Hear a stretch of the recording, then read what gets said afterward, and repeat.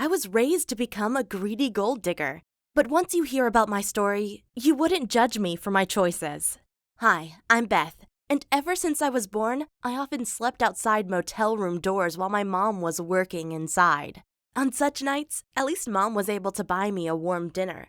Other nights, we would break into people's houses, and when I say we, I mean me. Mom always said I was a minor and couldn't go to jail, so she made me climb through open windows at night and steal whatever I found.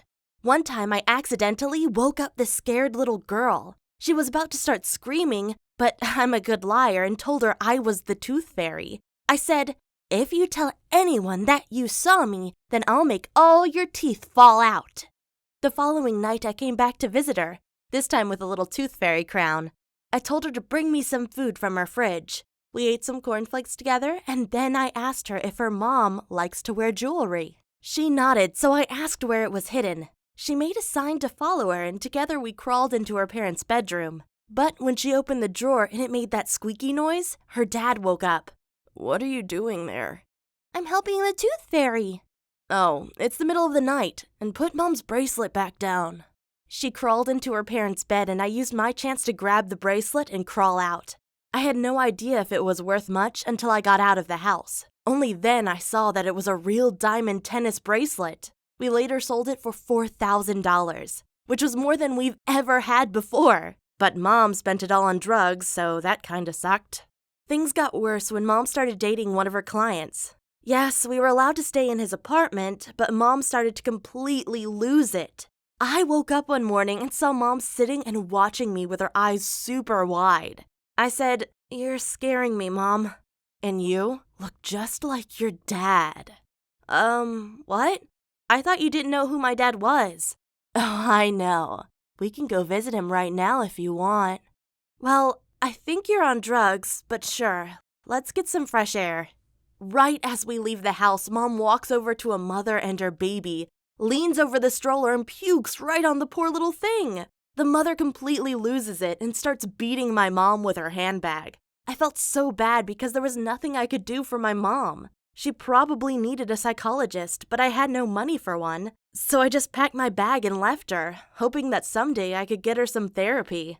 I decided to walk into the richest neighborhood of my city and knock on doors. "I'm looking for a job. I'll do anything," I said, and this old lady took pity on me. Her husband had just died, and she must have been lonely. Meanwhile, I was a street kid, a savage. The woman gave me shelter and food, and in exchange I helped a bit with the housework and robbed her left and right. Had I been smarter, I would have treated her well and made sure to get her inheritance. But I was a fool and got addicted to the good life. I spent $1,000 each month on clothes alone and made friends with other rich girls from my neighborhood. It was a fancy life, but when I turned 18, the old lady had enough of my behavior and threw me out.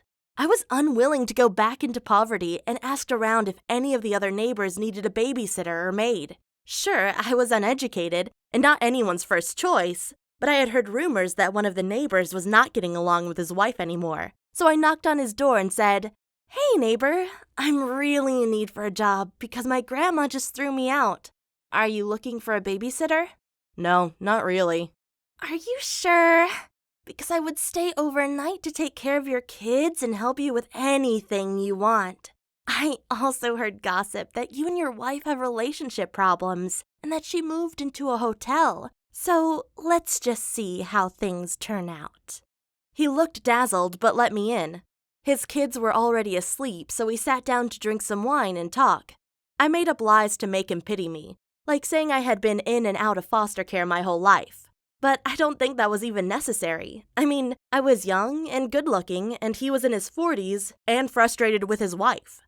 I quickly had him under my spell. We went to bed together, and I thought I had made it. Finally, a guy with enough resources to take care of me. But after a week of us living together, he told me he was going to try again with his wife. I responded, "Am I not good enough for you?" "Oh, I'm doing it strictly for my kids. I don't want them to go through a divorce."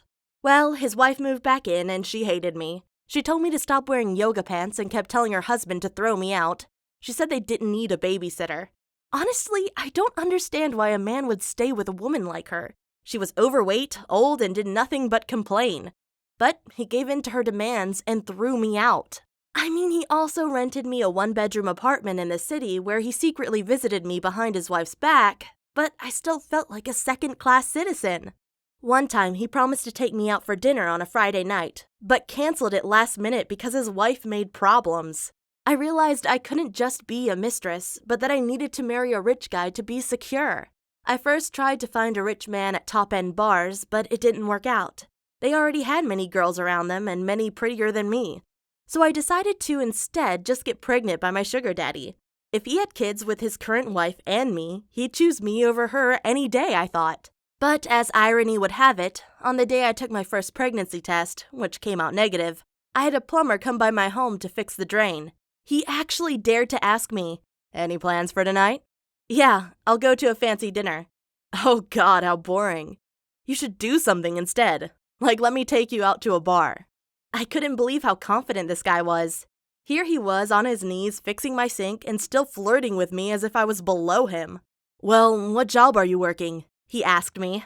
The blood rushed in my face. I knew I was nothing but a gold digger and I was embarrassed about it. "None of your business," I replied. "Well, can I come back tomorrow? The sink isn't fixed yet?" "Oh, it's fixed, but I'm curious about you. You talk like a girl from the streets, but live in this nice place? I want to know your secret." You know when you sometimes just get along well with someone? That's how I felt with this guy. His name was Tom, and he came over to my apartment the next day, where we kept talking about the crappy families we grew up in. He told me his dad was in a biker gang, and one day, he and another guy from his gang were ordered to assassinate a biker from a rivaling gang, but the target turned out to be an old friend of his dad. So, his dad took his weapon and knocked his gang brother out instead of the target. Afterward, he had to flee states with his son because his old biker gang swore to cut out his tattoo. I could quickly tell that Tom and I had lots of things in common.